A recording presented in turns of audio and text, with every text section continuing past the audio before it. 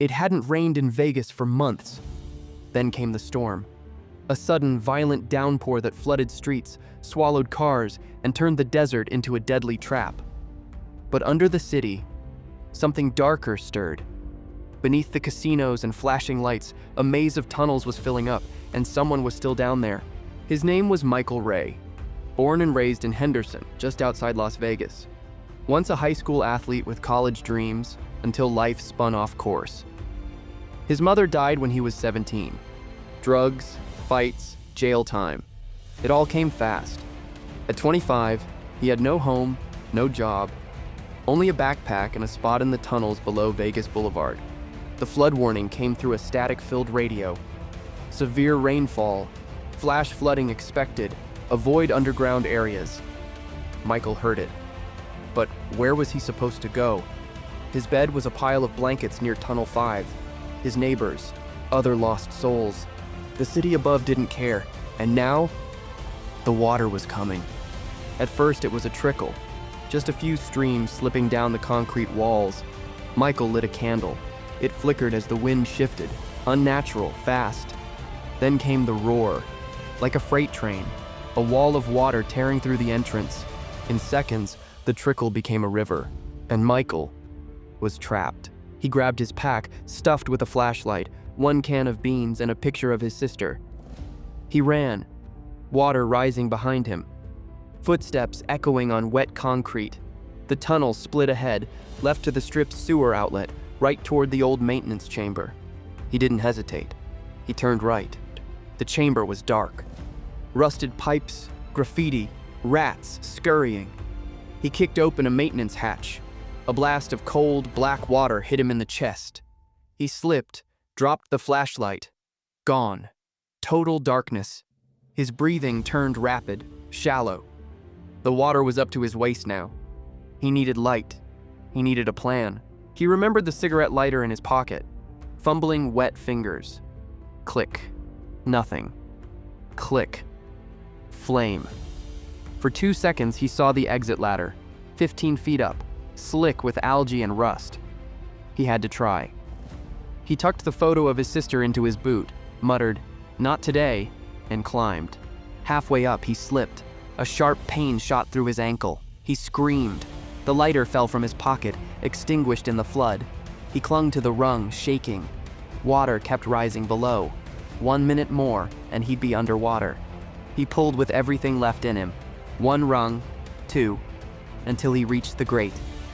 The grate was locked, rusted shut. He slammed it with his shoulder. Nothing. He yelled, kicked, punched. No one heard. Above him, thunder cracked. Lightning flashed through the bars. He saw his reflection, dirty, soaked, bleeding. And then, something snapped inside him. Rage, survival. He backed up and rammed the grate. It gave way. Michael exploded out onto the street, gasping, coughing, collapsing on the pavement as muddy water gushed behind him. He looked around. No one stopped. Cars passed. The storm raged. But he was alive. He lay there, breathing, tears mixing with rain. For the first time in years, he felt awake. He limped to a 7-Eleven, soaked, bleeding, broken. The clerk stared, said nothing, but handed him a towel and a phone. Michael called one number, his sister's. He hadn't spoken to her in 3 years. "It's me," he said. Silence. Then, "Where are you?" The flood made national news. Reporters showed images of water pouring through tunnels, dragging blankets, bottles, even mattresses. But no one mentioned the people living down there, the hidden city beneath the strip. Michael had lived it, escaped it, and now he wanted others to know the truth. Days later, his sister arrived from Arizona. She wrapped her arms around him at the hospital. "You're safe now," she whispered. He didn't believe it yet, but her hand in his felt real. For the first time in years, someone was holding on. Michael started therapy, detox. He joined a program for tunnel survivors. He spoke to students about homelessness, addiction, and second chances. His voice was shaky at first, but raw, honest, real. People listened. He returned to Tunnel 5 one last time to leave a note for the ones still down there. "You're not forgotten. Keep fighting. There's light out here." He sealed it in a plastic bag and left it by the wall. Then he turned and walked away. The Vegas sky was clear again, dry, hot. The city was back to normal. But under the surface, the flood had changed things. And for one man, it had brought him back to life. He got a job at a local nonprofit, found a small apartment in North Vegas. Every night he looked at the photo in his boot, now framed on the wall, a reminder of who saved him and what he almost lost.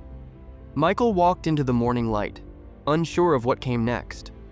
But one thing was certain: he would never return to the tunnel.